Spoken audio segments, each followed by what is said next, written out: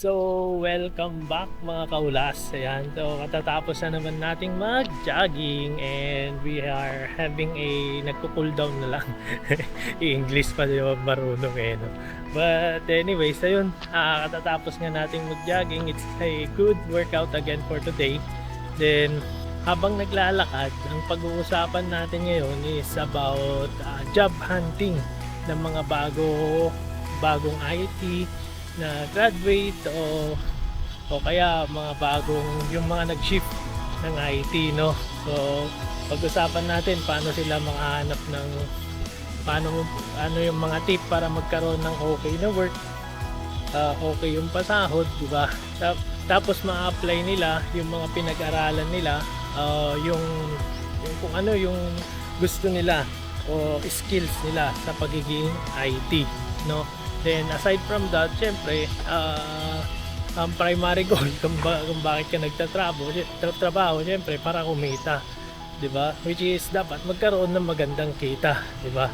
'Yun yung pag-uusapan natin ngayon, no? So, tip number 1, no? Tip number 1, syempre in everything you do, sabi nga nila, put God first. 'Yun naman para hindi ka magkakamali, basta pinapasa Diyos mo yung ginagawa mo. So, yun yung ating tip number 1. So, punta na tayo sa tip number 2. Tip number 2 ko, napaka-importante sa pagiging IT ang communication, no? So, kung magaling ka makipag-communicate sa English, no, napakalaking edge yun. Interview pa lang yan, mga yan, isa din yan sa mga tinitignan sa interview. Lalo na kapag kayong ina-applyan mo isang sinusuport international company. So, o kaya mga offshore accounts. Ang ano niyan, ang laking bagay niyan, yung kung marunong ka makipag-communicate sa English, yung maayos ka sa pagkikipag-communicate sa English. So, kung bago ka pa lang, pa-start ka pa lang, or kahit bago ka pumasok o habang nag-aaral ka sa pagiging IT, practice na yung communication, yung English communication. Kasi syempre, para makakuha ka ng magandang trabaho, magandang pasahod, magtrabaho ka sa mga sinusuport is mga nasa ibang bansa, mga international account, mga US, Europe, Australia account, yan yung mga yan yung mga okay magpasahod, no? Tapos okay din yung experience. So maganda diyan, magaling ka makipag-communicate sa English, 'di ba? So, second tip, syempre pag bago ka, hirap mag-apply, 'di ba? Pero apply lang ng apply, madaming kalaban, madaming kakompetensya, pero apply lang ng apply. Malay nyo sa 10 na in-applyan nyo, may 5 doon, may mabigyan ka ng job interview. Masabihan ka na may job interview, 'di ba? Then malay mo, pagka sinerte ka, may 1 o 2 doon na makakapasa ka. So, ayun, pero hindi rin kasi lahat yan Ang hirap din talaga, lalo pagka wala ka pang experience to get a work, no? Sa una talaga, pagka nag-i-start ka pa lang, yan, ang hirap niyan mag-apply ng work, no? So, ako nga nun, Diyos ko, kung ano-ano ina-applyan ko nun, kung saan ako nag-a-apply, nakakarating ako ng Eastwood, mga ganyan. Di pa rin pumapasa. Buti na lang, pumasa ako noon dito sa may Manila. Nakakalaking pasasalamat ko dun sa boss ko, at yung nakuha kong trabaho is for yung napakalaking pasasalamat ko dun sa una kong boss, kasi yung una kong naging trabaho is for IT, na IT work talaga, which is local IT, parang ganun yung mo tatawagin yung trabaho ko noon. Pero ang sinusupport ko yung office, tapos yung mga barko, pumupunta din ako sa barko noon, pero mga local na barko lang, hindi yung pupunta kagaya ng iba na pumupunta sila sa Singapore o kaya sa ibang bansa. Kung nasan naka-dock yung barko, dun sila dun sila nag-aayos ng mga IT equipments nung barko. Pero yung sa akin noon, since nakadak lang sila sa may Subic, so doon ako pumupunta, no? So, but ayun nga, hindi ganoon kadali ang maganap ng work, lalo pagka una ka. So, lalo pagka hindi known yung school mo, naku po, Mahirap nun. So, swertehan din talaga. Pero yun nga, sabi ko, apply lang ng apply. Makakakuha ka din. 'Di ba? Then, once na may tumanggap na sa'yo, basta IT related work job, basta kung tingin mo naman, pasok pa rin yung papasahod nila, kayang bayaran yung bills mo, yung pang-araw-araw mo pamumuhay, then may konting savings, ganon, go for it, grab it, napakalaking tulong na nun so dahil sa una ka pa lang, kunin mo na kasi ang kailangan mo dyan is experience. Basta IT related work yung job na in-offer, kunin mo na lalo pagkauna ka, 'di ba? Tapos yun rin yung linyang gusto mo. Pero pagka hindi yun yung linyang gusto mo, syempre pag-isipan mo.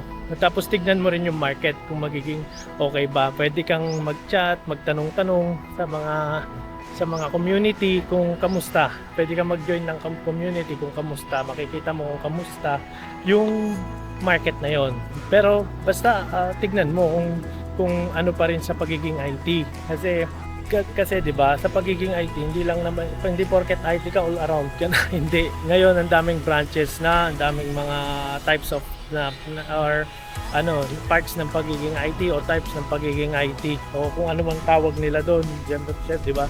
So may mga system, merong programmer, merong network, meron na din yan, napakalaki niyan ngayon, cloud. So ang dami, di ba? So tignan mo, basta work related na IT at yun yung gusto mo, sige, accept mo na. Pagka work related IT na hindi naman yun yung sa linya mo, tignan mo muna. Pero ang pinaka-importante doon, gain experience, no? Which is yun yung pangilan na ba to? Pangatlo? Pang-apat? Which is yun yung yung pang-apat, gain experience. Napaka-importante nun, yung makakuha ka ng experience. So, kahit mababa yung sahod mo muna, pero nabibigay yan naman yung pangangailangan mo. Sabi ko nga, nakakapagbayad ka ng bills, ganyan. Then, kuha ka muna ng experience kahit mga 2 years magsipag ka magtrabaho, lahat ng mga tasks pag-aralan mo, kuha ka ng experience doon, no? Kasi yan yung after 2 years, napakalaking bagay na yan na pagka nag-apply ka sa iba, makukuha mo na. Pwede ka nang mag-demand ng sahod na gusto mo, no? Yan yung diyan. So habang nagwo-work ka, 'di ba? Syempre may magiging kang experience. Kuha ka na lang din ng mga certification, no? So pero syempre sana yung bayaran ng kumpanya, yung pagte-training at certification mo.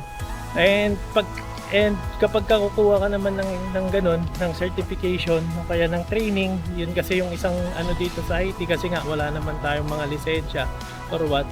So kailangan natin yung certificate o kaya yung training. Then yun nga, sabi ko nga, dapat yung certificate o training mo, yun yung current ginagawa mo ngayon, kasi ang hirap kumuha ng certification o kaya ng training tapos hindi naman na-apply sa trabaho, parang nasasayang lang, makakalimutan mo lang din. So ang pinaka-importante dyan, kapag kumukuha ka ng training o certification, dapat yung na-i-apply mo na sa trabaho or yung current na trabaho mo. So napakalaking bala mo na yan, no, para mag-demand ng promotion o kaya increase dun sa current na trabaho mo. Ngayon, pag di mo naman makukuha yung gusto mo ng salary after 2 years ganyan na malaki na yung experience mo, madami ka nang alam din, then may mga certification ka na din, and kumbaga nag-ipag-usap ka naman dun sa company nyo, then o sa manager mo, pero hindi nila kayang ibigay yung increase or promotion para sa iyo, then pwede ka na maghanap ng new work. At saka syempre, 'di ba, yung pang-limang tip, ito na yung pang-limang tip, diyan na sa lahat ng sinabi ko, it will leads to sakikitain mo. Syempre, kaya nga 'di ba tayo nag-work syempre para kumita. So, yun nga, pagka naka-gain ka na ng experience, then yung trabaho mo is international company, yung mga sinusuport nyo, 'di ba? Tapos may mga certification ka na rin, then syempre experiencado ka na, alam mo na din. So doon mo na din iisipin kung paano yung kikitain mo, no? kung magkano yung kikitain mo. Hindi rin naman na pwede doon yung may mabayad ka lang sa bills, may pang araw-araw ka. Hindi na pwede yon. Siyempre, dapat may nasisave ka na rin. Tapos yung experience mo talagang kinakailangan doon sa work. Then yung mga training tsaka certification mo, 'di ba? Na i-apply mo rin doon sa trabaho mo. Tsaka kaya ka nga din lumipat ng work o na kaya nag-demand ng promotion or increase. Kasi syempre gusto mo kumita, gusto mo may save ka. So dahil doon sa mga unang apat na nasabi ko, dito mo na makukuha yung fruit of labor, sabi nga nila. Magkakaroon ka na ng magandang kita, di ba? So ayun lang, hanggang dito lang muna tayo. Ito yung tip ng inyong ulas for today. So next week ulit or tignan natin kung kailan ulit tayo makakapag-upload. So once again, sana lahat nakakapag-jog para syempre fit tayo, healthy, kasi number one dyan yung health. So hanggang sa muli, bye bye.